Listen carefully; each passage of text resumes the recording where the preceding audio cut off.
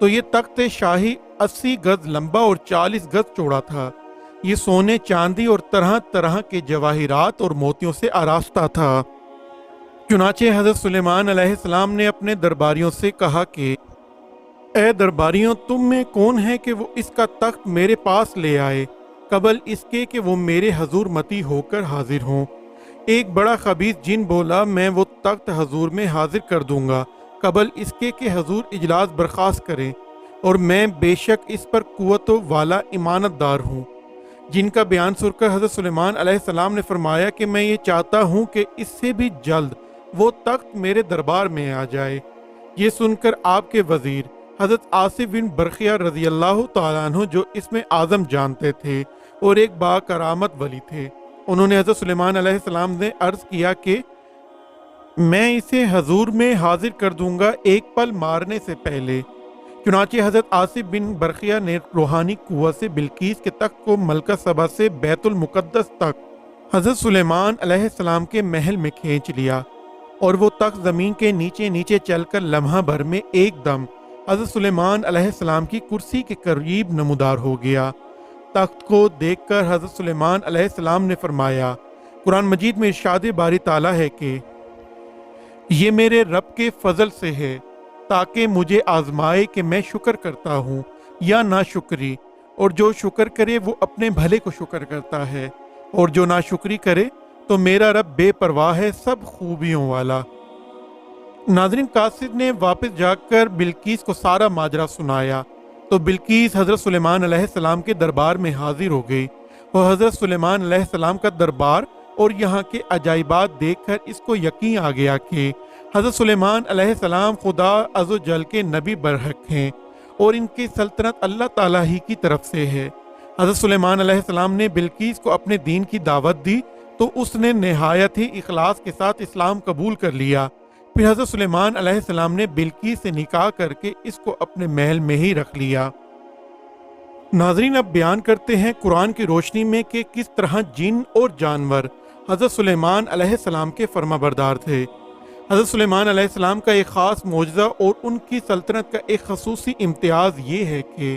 ان کے زیر نگین صرف انسان ہی نہیں تھے بلکہ جن اور حیوانات بھی تابع فرما تھے، اور سب آپ کے حاکمانہ اقدار کے زیر حکم تھے۔ اور یہ سب کچھ اس لیے ہوا کہ حضرت سلیمان علیہ السلام نے ایک مرتبہ دربار خداوندی میں یہ دعا کی تھی کہ اے میرے رب، مجھے بخش دے اور مجھے ایسی سلطنت عطا کر کے میرے بعد کسی کو لائق نہ ہو، بے شک تو ہی بڑی دین والا ہے۔ چنانچہ اللہ تعالیٰ نے آپ کی دعا مقبول فرما لی اور آپ کو ایک ایسی عجیب و غریب حکومت اور بادشاہی عطا فرمائی کہ نہ آپ سے پہلے کسی کو ملی، نہ آپ کے بعد کسی کو میسر ہوئی۔ حضرت ابو ہریرہ رضی اللہ تعالی عنہ روایت کرتے ہیں کہ نبی اکرم صلی اللہ علیہ وآلہ وسلم نے ایک دن ارشاد فرمایا کہ گزشتہ رات ایک سرکش جن نے یہ کوشش کی کہ میری نماز میں خلل ڈالے، تو اللہ تعالیٰ نے مجھ کو اس پر قابو دے دیا اور میں نے اس کو پکڑ لیا۔ اس کے بعد میں نے ارادہ کیا کہ اس کو مسجد کے ستون سے باندھ دوں تاکہ تم سب دن میں اس کو دیکھ سکو، مگر اس وقت مجھ کو اپنے بھائی سلیمان کی یہ دعا یاد آ گئی کہ اے میرے رب، مجھے بخش دے اور مجھے ایسی سلطنت عطا کر کہ میرے بعد کسی کو لائق نہ ہو، بے شک تو ہی بڑا دین والا ہے۔ یہ یاد آتے ہی میں نے اس کو چھوڑ دیا۔ حضور اکرم صلی اللہ علیہ وآلہ وسلم کے اس ارشاد کا مطلب یہ ہے کہ اگرچہ اللہ تعالیٰ نے تمام انبیاء و رسل کے خصائص و معجزات و خصوصی امتیاز اور کمالات مجھ میں جمع فرما دیے ہیں، اس لیے قوم جن کی تسخیر پر بھی مجھ کو قدرت حاصل ہے، لیکن چونکہ حضرت سلیمان علیہ السلام نے اس اختصاص کو اپنا خصوصی تغرہ امتیاز قرار دیا ہے، اس لیے میں نے اس سلسلے کا مظاہرہ کرنا مناسب نہیں سمجھا۔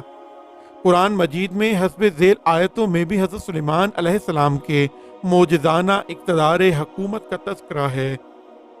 ارشاد باری تعالیٰ ہے کہ شیطانوں میں سے وہ جو اس کے لیے غوطہ لگاتے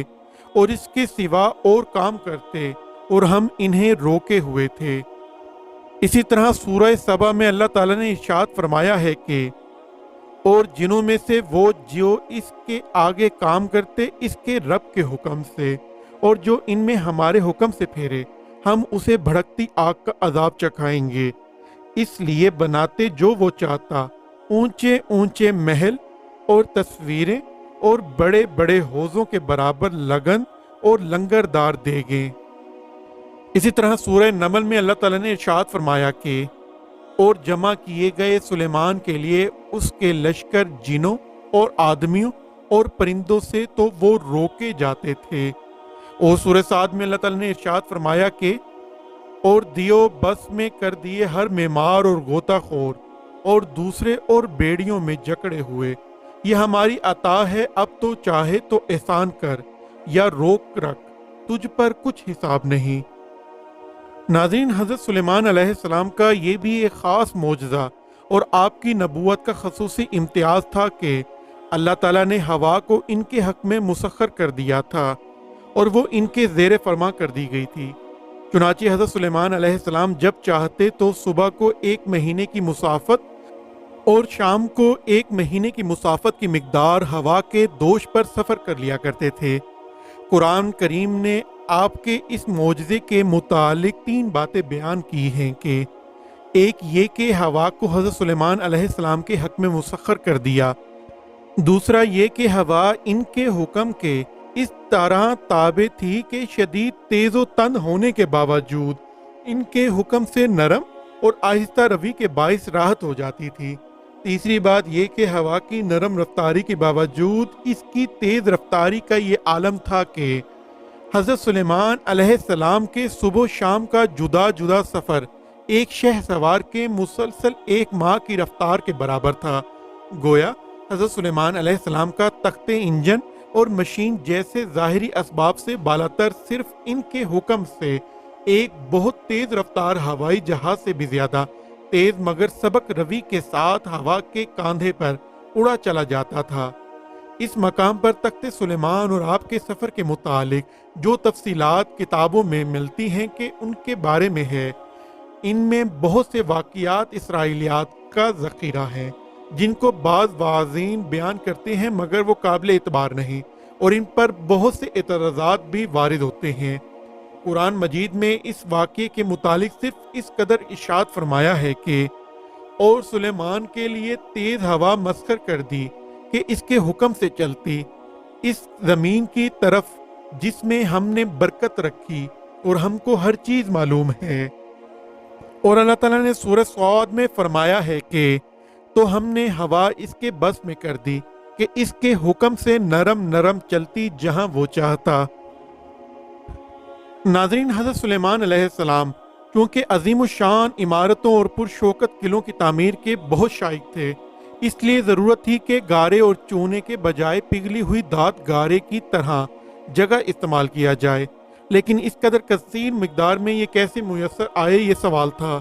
جس کا حل حضرت سلیمان علیہ السلام چاہتے تھے۔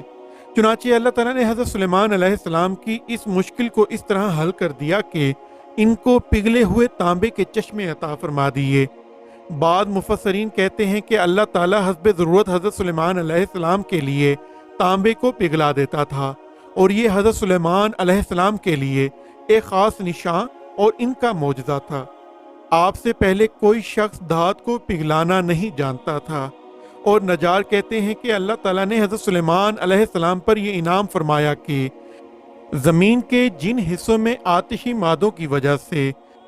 تانبا پانی کی طرح پگھل کر بہہ رہا تھا، ان چشموں کو حضرت سلیمان علیہ السلام پر آشکار فرمایا۔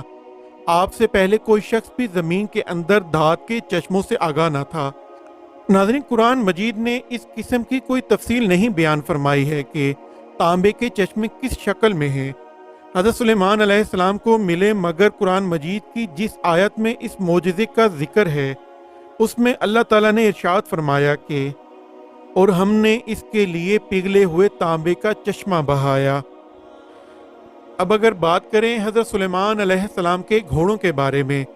تو ایک مرتبہ جہاد کی ایک مہم کے موقع پر شام کے وقت حضرت سلیمان علیہ السلام نے گھوڑوں کو استبل سے لانے کا حکم دیا۔ جب وہ پیش کیے گئے تو چونکہ آپ کو گھوڑوں کی نسلوں اور ان کے ذاتی اوصاف کے علم کا کمال حاصل تھا، اس لیے جب آپ نے ان گھوڑوں کو اصیل، سبک روح اور خوش روح پایا اور یہ ملاحظہ فرمایا کہ ان کی تعداد بہت زیادہ ہے، تو آپ پر مسرت و انبساط کی کیفیت طاری ہو گئی، اور آپ نے فرمانے لگے کہ ان گھوڑوں میں سے میری محبت ایسی مالی محبت میں شامل ہے جو پروردگار کے ذکر ہی کا ایک شعبہ ہے۔ حضرت سلیمان علیہ السلام کے اس غور و فکر کے درمیان گھوڑے استبل کو روانہ ہو گئے۔ چونکہ جب آپ نے نظر اٹھائی تو وہ گھوڑے نگاہ سے اوجھل ہو گئے تھے، تو آپ نے حکم دیا کہ ان گھوڑوں کو واپس لے آؤ۔ جب وہ گھوڑے واپس لائے گئے تو حضرت سلیمان علیہ السلام نے جوش محبت میں ان گھوڑوں کی پنڈلیوں اور گردنوں پر ہاتھ پھیرنا اور تپانا شروع کر دیا۔ کیونکہ یہ گھوڑے جہاد کا سامان تھے، اس لیے آپ ان کی عزت و توقیر کرتے ہوئے ایک ماہر فن کی طرح ان گھوڑوں کو مانوس کرنے لگے اور اظہار محبت فرمانے لگے۔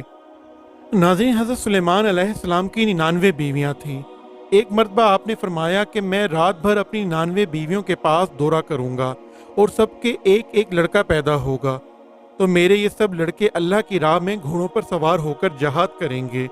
مگر یہ فرماتے وقت آپ نے انشاءاللہ نہیں کہا۔ غالباً آپ اس وقت کسی ایسے شغل میں تھے کہ اس کا خیال نہ رہا۔ اس انشاءاللہ کو چھوڑ دینے کا یہ اثر ہوا کہ صرف ایک عورت حاملہ ہوئی اور اس کے ایک ناقص الخلقت کچا بچہ ہوا۔ حضور خاتم النبیین صلی اللہ علیہ وآلہ وسلم نے فرمایا کہ اگر حضرت سلیمان علیہ السلام انشاءاللہ کہہ دیا ہوتا تو ان سب عورتوں کے لڑکے پیدا ہوتے اور وہ خدا کی راہ میں جہاد کرتے۔ اس قرآنی واقعے سے سبق ملتا ہے کہ مسلمان کو لازم ہے کہ آئندہ کے لیے جو کام کرنے کو کہے تو انشاءاللہ تعالی ضرور کہے۔ ناظرین، اب بات کریں حضرت سلیمان علیہ السلام کی بے مثل وفات کے بارے میں، تو ملک شام میں جس جگہ حضرت موسیٰ علیہ السلام کا خیمہ گھاڑا گیا تھا، ٹھیک اسی جگہ حضرت داؤد علیہ السلام نے بیت المقدس کی بنیاد رکھی، مگر عمارت پوری ہونے سے قبل ہی حضرت داؤد علیہ السلام کی وفات کا وقت آ پہنچا، اور آپ نے اپنے فرزند حضرت سلیمان علیہ السلام کو اس عمارت کی تکمیل کی وصیت فرمائی۔ چنانچہ حضرت سلیمان علیہ السلام نے جنوں کی ایک جماعت کو اس کام پر لگایا اور عمارت کی تعمیر ہوتی رہی، یہاں تک کہ آپ کی وفات کا وقت بھی قریب آ گیا اور عمارت مکمل نہ ہو سکی، تو آپ نے یہ دعا مانگی کہ الہی میری موت جنوں کی جماعت پر ظاہر نہ ہونے پائے، تاکہ وہ برابر عمارت کی تکمیل میں مصروف رہیں، اور ان سبوں کو جو علم غیب کا دعویٰ ہے وہ بھی باطل ٹھہر جائے۔ یہ دعا مانگ کر آپ محراب میں داخل ہو گئے اور اپنی عادت کے مطابق اپنی لاٹھی ٹیک کر عبادت میں کھڑے ہو گئے، اور اسی حالت میں آپ کی وفات ہو گئی۔ مگر جن مزدور یہ سمجھ کر کہ آپ زندہ کھڑے ہوئے ہیں برابر کام میں مصروف رہے، اور عرصہ دراز تک آپ کا اسی حالت میں رہنا جنوں کے گروہ کے لیے کچھ باعث حیرت اس لیے نہیں ہوا کہ وہ بارہا آپ کو دیکھ چکے تھے کہ آپ ایک ایک ماہ بلکہ کبھی کبھی دو دو ماہ برابر عبادت میں کھڑے رہا کرتے تھے۔ غرض 1 سال تک وفات کے بعد آپ اپنی لاٹھی کے سہارے کھڑے رہے، یہاں تک کہ بحکم الہی دیمکوں نے آپ کے عصا کو کھا لیا اور عصا کے گر جانے سے آپ کا جسم مبارک زمین پر آ گیا۔ اس وقت جنوں کی جماعت اور تمام انسانوں کو پتہ چلا کہ آپ کی وفات ہو گئی ہے۔ ناظرین، اس واقعے کو سورہ سبا میں اللہ تعالیٰ نے اس طرح ارشاد فرمایا کہ پھر جب ہم نے اس پر موت کا حکم بھیجا، جنوں کو اس کی موت نہ بتائی، مگر زمین کی دیمک نے اس کے عصا کھائی۔ پھر جب سلیمان زمین پر آیا، جنوں کی حقیقت کھل گئی، اگر غیب جانتے تو اس خواری کے عذاب میں نہ ہوتے۔ ناظرین، اس قرآنی واقعے سے سبق بھی ملتا ہے کہ حضرات انبیاء کرام علیہم السلام کے مقدس بدن وفات کے بعد گلتے سڑتے نہیں ہیں، کیونکہ آپ نے ابھی سن لیا کہ 1 سال تک حضرت سلیمان علیہ السلام وفات کے بعد عصا کے سہارے کھڑے رہے اور ان کے جسم مبارک میں کسی قسم کا کوئی تغیر رونما نہیں ہوا۔ یہی حال تمام انبیاء علیہم السلام کا ہے ان کی قبروں میں کہ ان کے بدن کو مٹی کھا نہیں سکتی۔ چنانچہ حدیث شریف میں ہے، جس کو ابن ماجہ نے روایت کیا ہے کہ بے شک اللہ تعالیٰ نے زمین پر حرام فرما دیا ہے کہ وہ انبیاء کے جسموں کو کھائے، لہذا اللہ کے نبی زندہ ہیں اور ان کو روزی دی جاتی ہے۔ ناظرین، اسی دعا کے ساتھ اپنی ویڈیو کا اختتام کرتے ہیں کہ اللہ ہمیں سیدھے راستے پر چلائے، ہم پر اپنا رحم فرمائے، اور ہمارے والدین کا سایہ ہمیشہ ہم پر سلامت رکھے۔ آمین۔ اللہ حافظ۔